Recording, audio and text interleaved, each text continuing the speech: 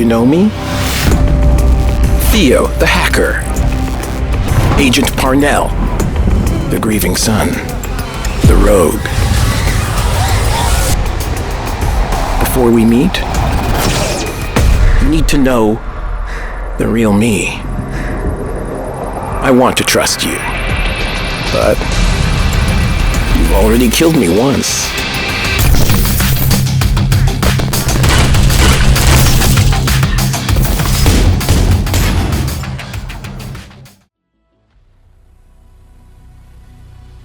Aaron Keener, the rogue agent who has long been a thorn in the Division's side, has done the unthinkable. He has willingly surrendered and is now in custody at the White House. However, true to his manipulative nature, Keener has made it clear that his cooperation comes with conditions. Before he divulges the critical information he possesses, he demands that the Division assist him in locating and securing the remaining members of his team, starting with Theo Parnell.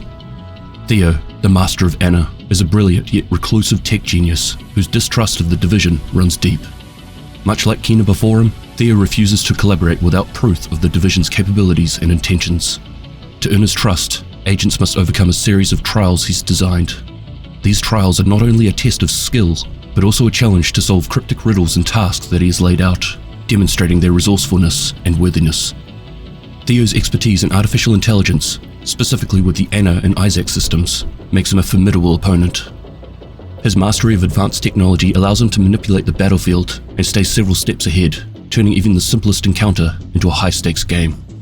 However, his knowledge and skill set also represent a potential turning point for the Division. If agents succeed in bringing Theo into the fold, his technological prowess could become an invaluable asset, enhancing their capabilities and possibly shifting the balance of power in their favor. But this mission is fraught with peril. Winning over Theo will not only require skill, intellect, and determination, but navigating the moral complexities of collaborating with Keener, a man whose motives and ultimate agenda remain shrouded in doubt. The Division must tread carefully as they attempt to secure Theo, knowing that failure could strengthen the enemy and leave them vulnerable to whatever Keener might have planned out next.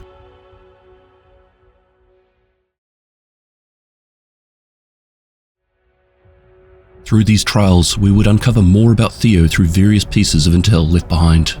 These could include personal logs, mission reports, intercepted communications, or even hidden recordings that reveal his motivations, struggles, and the choices that shaped his journey. Hey, Trig. My name's Theo Parnell. Conley said we should talk. Oh, Viv. How's she doing? You know, surviving. Must be tough. You in New York with her? Yeah, just, trying to save the world one civilian at a time. That's sweet. Tell me, Theo, what's your favorite shape? Oh, Conley told me about this. It's like a personality test. Fractal. Interesting. Yeah, well, I love the infinite repetition, how the structure builds upon itself until it makes these shapes that are beautiful and infinite. You've chosen well, Theo. Now, how can I help you? Theo catches up with Trig, where he starts to learn more about Anna and the simulation program. Parabola? That's cool. Guess I need to learn more about plane curves. That's dangerous for a fractal. You fall down rabbit holes too easily, Theo. Obsessive and fixate on things that don't really matter because you have to solve that one problem and understand how it works. There really might be something to your shape theory. Thank you. Conley told me about Anna. She really shouldn't have said anything. Well, she did. What do you know about Anna? I know she's beautiful, brilliant, and the world is not ready for her. She's truly an autonomous AI and constantly growing and learning, and Claire built her, so she's a little wicked and doesn't really care about the consequences or the powers that be, which can be dangerous if she decides you're expendable. She's a god we need to respect. Goddess, but yes. If you respect her, she will do anything to protect you. Conley was telling me about the simulation. I never got to try it, but it sounds incredible. Oh, it's impressive.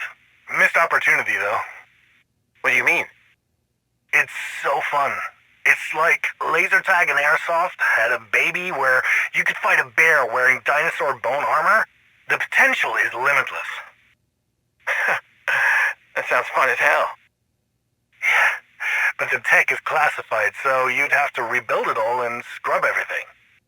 Well, if things don't turn around soon, pretty sure classified won't mean shit. And you can do whatever you want with the tech. Fair enough. You really are a chaotic little fractal. Trig begins to reveal details around Anna and the simulation program. Theo learns that Anna is not just a tool, but a complex system capable of altering perceptions, manipulating environments, and simulating entire realities.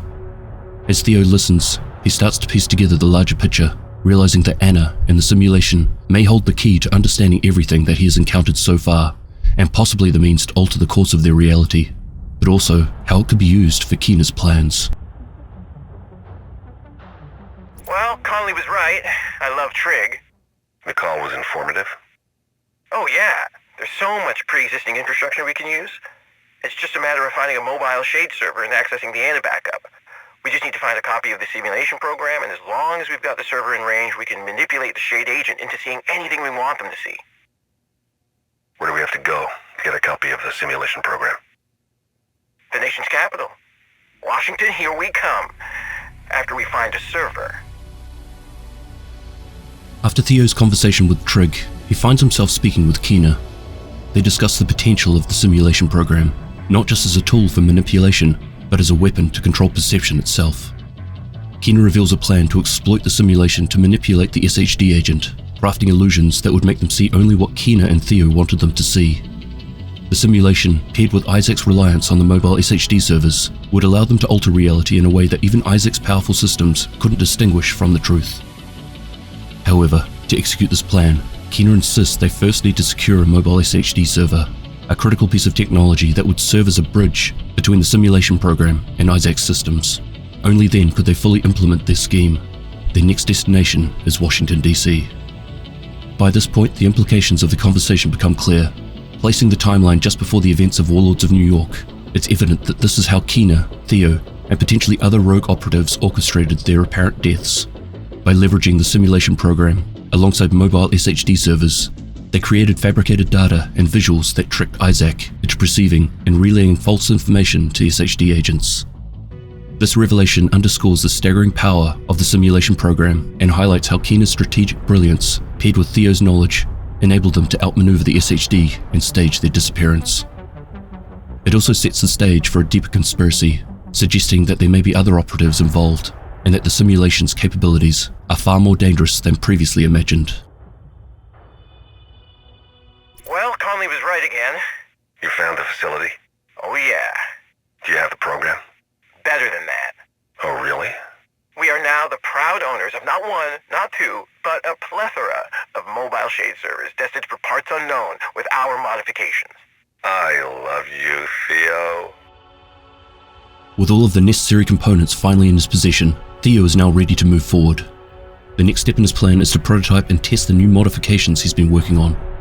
These modifications, designed to integrate seamlessly with the simulation program and the mobile SHD server, are critical to ensuring the success of his strategy. It's a little choppy. The movements aren't as natural as I would like, but as long as there are enough other visual disturbances, I don't think anyone would know it's a simulation, not a person trying to kill them. As long as they have the contact. Yeah. Anyone else will just think you're high as fuck. Just another reason to make sure Isaac has you secure the area before you take on the big boss.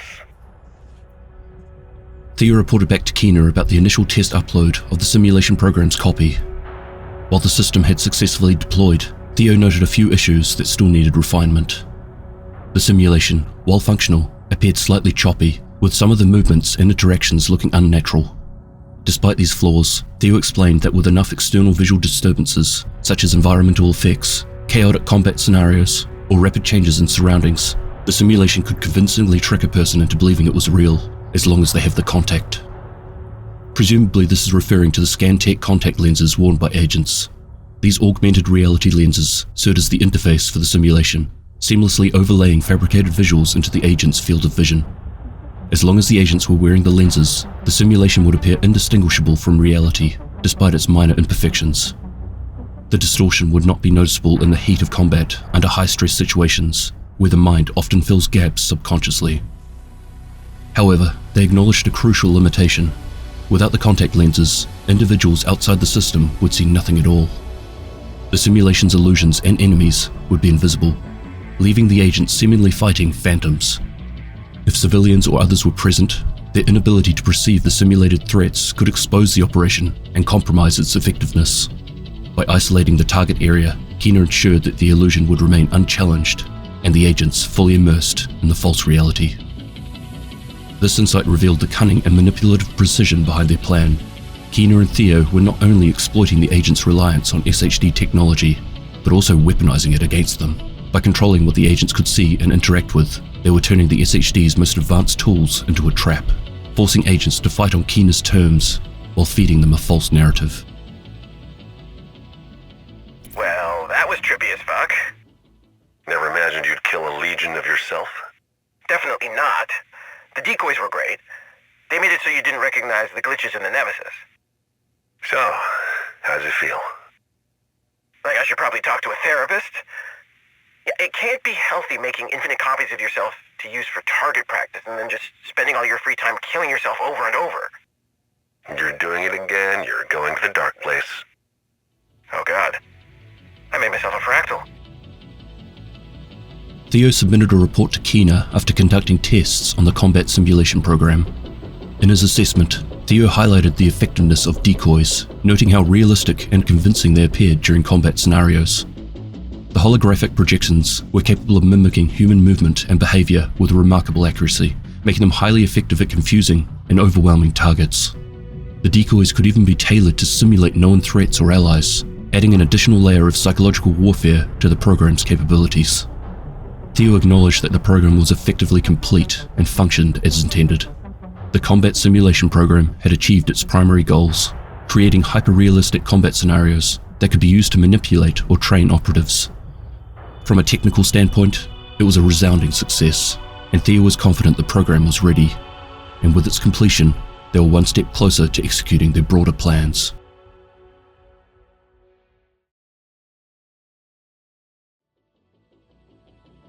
We're not even halfway through the intel being released this season, and it's already shedding light on several lingering mysteries about Keener's activities prior to Warlords of New York. The pieces are starting to come together, revealing not only what Keener was doing, but also how he was pulling it off. The deeper dive into this use of simulation technology, manipulation of SHD systems, and the extent of his partnerships with rogue agents like Theo is providing a more complete picture. That said, one major question remains unanswered. Why was Keener planning to launch the Eclipse virus attack on New York? This is still one part of his strategy that feels out of place. While everything else he did seemed calculated and deliberate, the missile launch comes across as unusually reckless for someone as meticulous as Keener. I can't shake the feeling that he never actually intended to fire the missile. It seems more plausible that the threat of this virus was a decoy, a dramatic move to capture the attention of both the Black Tusk and the Division. By creating a high-stakes crisis, Keener could ensure that his enemies were fully occupied, scrambling to prevent a catastrophe, while he worked on something far more significant behind the scenes. If this theory holds true, then it begs the question, what was Keener really working towards? Was it a deeper manipulation of the Division itself? A new layer of technological control, perhaps through the simulation program? Or was there an even bigger goal, one that's yet to be revealed? I'm hopeful the intel will continue peeling back the layers of his plan, ultimately explaining not just his tactics, but also his true motivations. If Keener's threat was a distraction, then whatever he was truly after might be far more dangerous than the Eclipse virus ever was. Anyway, I think that's enough for now. Hopefully you found this interesting, and I'll catch you in the next one. Extremis Malus, Extrema Remedia.